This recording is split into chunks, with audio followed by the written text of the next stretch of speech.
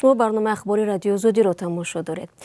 خانه آزادی یا خود فریدم هاوس یک سازمان بین‌المللی حامی حقوق تاجیکستان را یکی از 8 کشور نظام خودکامه متمرکز نامیده به رشد دموکراسی و آزادی ها در این کشور بهای پسترین داده است.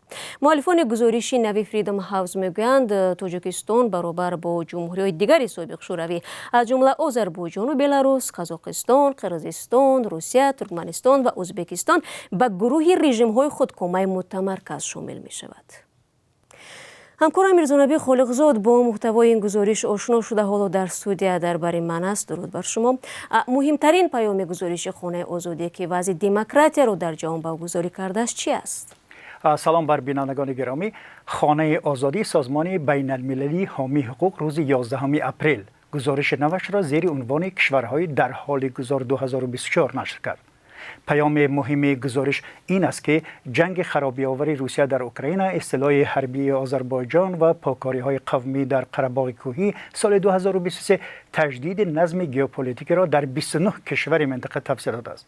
این وضعیت در حالی است که دوام 20 سال اخیر نشاندادهای دموکراسی در این قلمرو در حال افت یعنی پایین روی می باشند. بنابر ردبندی این سازمان در 10 کشور از جمله تاجیکستان دموکراسی به شدت رو به تنزل رفته است.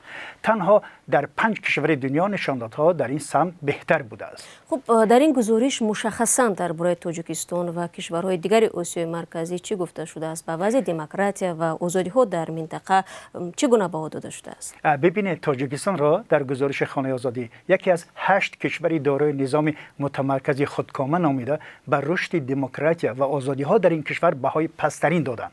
یعنی از 7 امتیاز که در ردبندی خانه آزادی بهای بلندترین است، تاجیکستان همگی 1 امتیاز را به دست آورده، 1 زینه بالاتر از ترکمنستان قرار گرفته است. همسایه‌های تاجیکستان قزاقستان، قرقیزستان، روسیه و ازبکستان هم به گروه کشورهای داخل شدند که در پسترین سطح نشاندادهای دموکراسی هستند. به گفته مؤلفان گزارش، این رژیم ها فضا را برای دیگراندیشی بسته برای خود شرایط نامحدودی حاکمیت را تامین کردند. در تاجیکستان به باور این سازمان رکود نشاندادها بیشتر به خاطر سرکوب جامعه مدنی مشاهده می شود. در گزارش دیگری که همین سازمان خانه آزادی اخیراً نشر کرد گفته شده است که در تاجیکستان حکومت خودکامه پرزیدنت امام علی رحمان معرکه همگونوسازی یا اسیمیلاسی مجبوری فرهنگی و دینی کمشماران یا اقلیت‌های پامیری ها را توسعه بخشید، چون آنها را به عنوان یک جامعه جداگانه اعتراف نمی‌کنند. اما مقامات در تاجیکستان همیشه ارزیابی سازمان مذکور را بی اساس می‌خوانند و به تاکید می‌گویند که در کشور و حقوق آدمان احترام گذاشته می‌شود. خب برای اصلاح وضع محققان خانه آزادی چی پیشنهاد کردند؟ برای اصلاح وضع باید بگم که در کل منطقه اروپا و آسیای مرکزی به قبل مؤلفان همین گزارش خانه آزادی نقش دموکراتی‌های عمل کننده خیلی مهم است. این سازمان میگوید باید به اوکراین مساعدت کنند تا به شرط‌های این کشور در جنگ پیروز شود و برای این کمک‌های ضروری نظامی و بشری و پولی باید فراهم شود.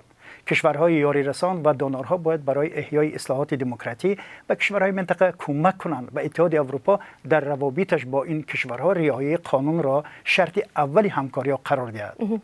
تشکر برای صحبت فراگیر.